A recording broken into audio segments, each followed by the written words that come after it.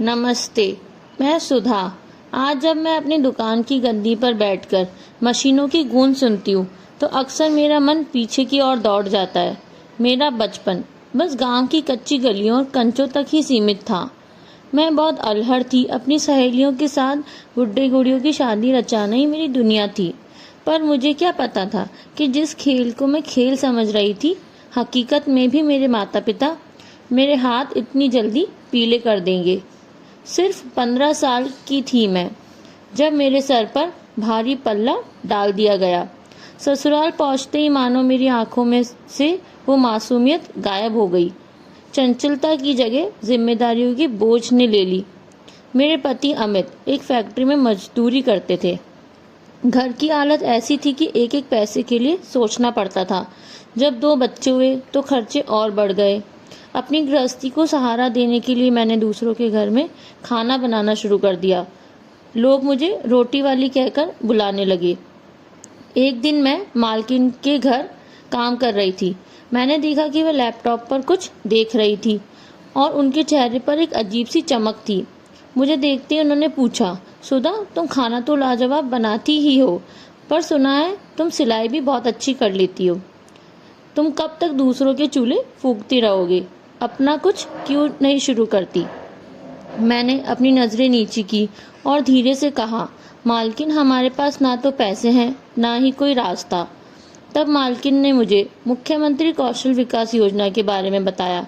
उन्होंने कहा कि सरकार मुफ्त में ट्रेनिंग और रास्ता दे रही है। उन्होंने एक बात कही जो मेरे दिल को छू गई, सुधा, इस योजना का मकसद है कि तुम अपनी जिंदगी की रानी स्वयं बनो। बस वहीं से मेरे मन में हिलोरे उठने लगे। अगले ही दिन मैंने सिलाई केंद्र जाकर अपना नाम लिखवाया। मैंने फैशन डिज़ाइन का कोर्स चुना। मेरी राह आसान नहीं थी। सुबह जल्दी उठकर घर का काम निपटाना, फिर मालकिन के यहाँ खाना बनाना और फिर तपती दोपहरी में सिलाई केंद्र जाना।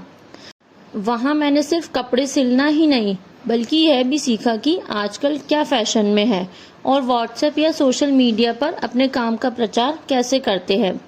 3 महीने बाद मुझे सर्टिफिकेट मिला और योजना के तहत एक छोटा सा लोन भी। उससे मैंने अपनी पहली सिलाई मशीन खरीदी। शुरुआत घर के एक कोने से की। पड़ोस की महिलाओं के सूट और ब्लाउज सिलने लगी। एक दिन मेरी मालकिन ने मुझे एक पुरानी साड़ी दी और कहा, सुधा, इसका कुछ नया बना सकती हो।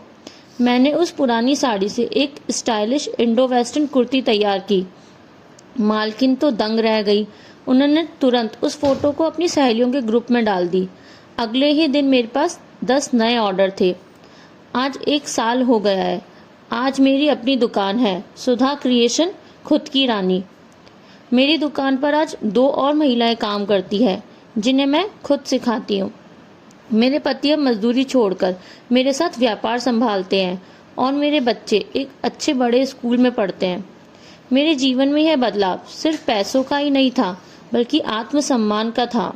जो लोग मुझे रोटी वाली कहते थे, आज वही सुधा जी कहकर बुलाते हैं।